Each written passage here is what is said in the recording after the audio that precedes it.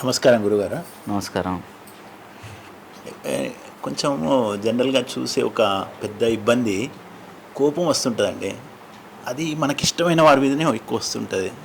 So దాన్ని కొంచెం ఎలా కంట్రోల్ చేసుకోవాలి?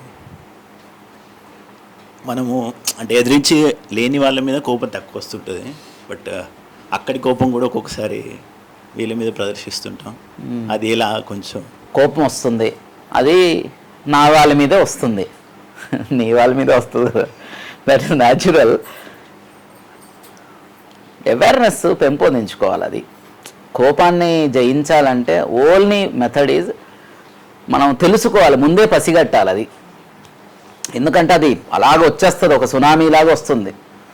దాన్ని అవేర్నెస్తోనే ఢీకొనాలన్నమాట. అంటే రికగ్నిషన్తోనే ఢీకొనాలి. రికగ్నిషన్ చేయాలంటే నువ్వు ఉండాలి అక్కడ.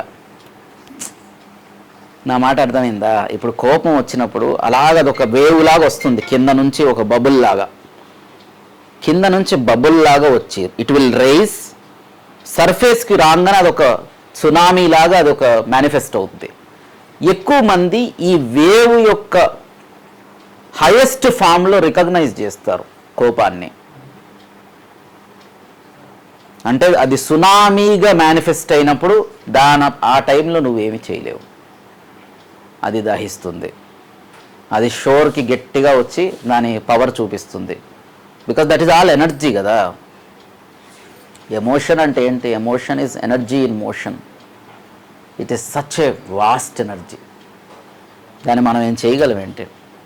అందుకే ఎర్లీ రికగ్నిషన్ చేయాలి.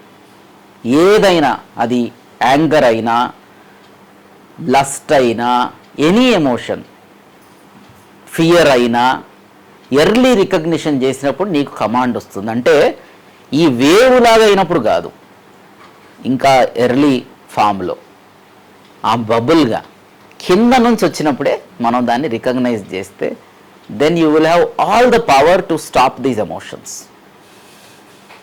అప్పుడు కూడా చేయగలమా అంటే you may miss, but it is a continuous effort అన్నమాట. Continuous effort. లాస్ట్ పాయింట్లో డోంట్ రికగ్నైజ్. ఎందుకంటే ఇదే నువ్వు కంట్రోల్ చేయలేవు, నీకు అంత శక్తి ఉండదు.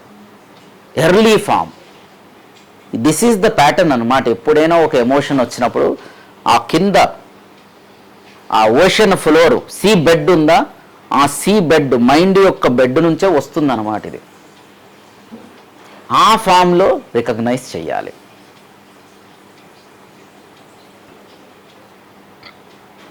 అక్కడ నీ కాన్షియస్నెస్ని పెట్టాలి, అవేర్నెస్ డెవలప్ చేసుకోవాలి. ఇది కంటిన్యూస్ ఎఫర్ట్. ఈరోజు ఓహో వేవ్గా కాదు, ఆ కింద నేను చేయాలంటే అవ్వదు.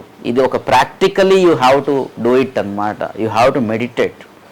ధ్యానం నేర్చుకొని మనస్సు మీద అవగాహన రావాలి.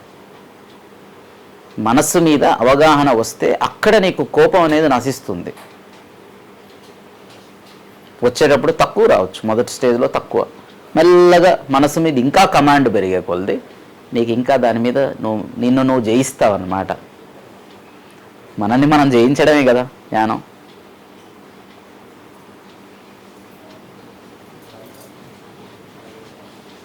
So early recognition is the way to have command on emotions. Early recognition అంటే అంతా అయిపోయాక కాదు.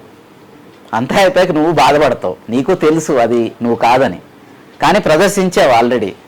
Nothing is left. అందుకే దీన్ని నువ్వు ఎలా చేయాలంటే ఎర్లీ రికగ్నిషన్ చేయాలి.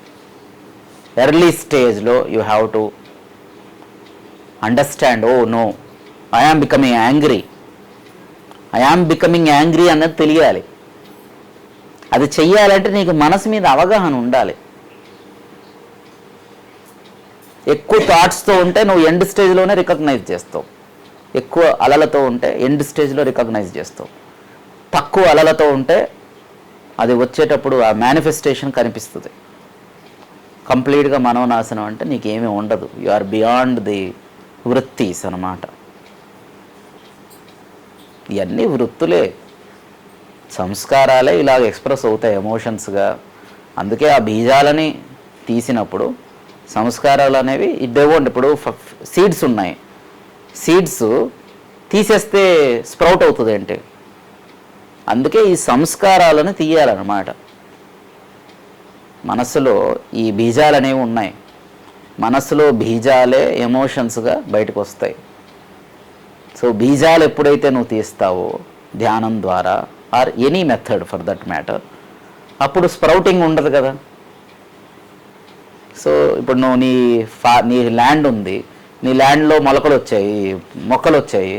మొక్కలు ఎందుకు వచ్చాయంటే because there is a seed. ఆ సీడ్ నువ్వు ఎప్పుడైతే if you remove the seed then it won't sprout. అందుకే get command on the samskaras, observe చేసి దాన్ని ఎలిమినేట్ చేయాలి.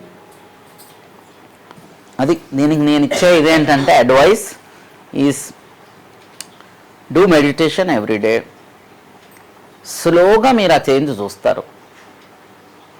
స్లోగా డైలీ ఆ ఎఫర్ట్ ఉండాలి, ఎవ్రీడే అభ్యాసం ఉండాలి.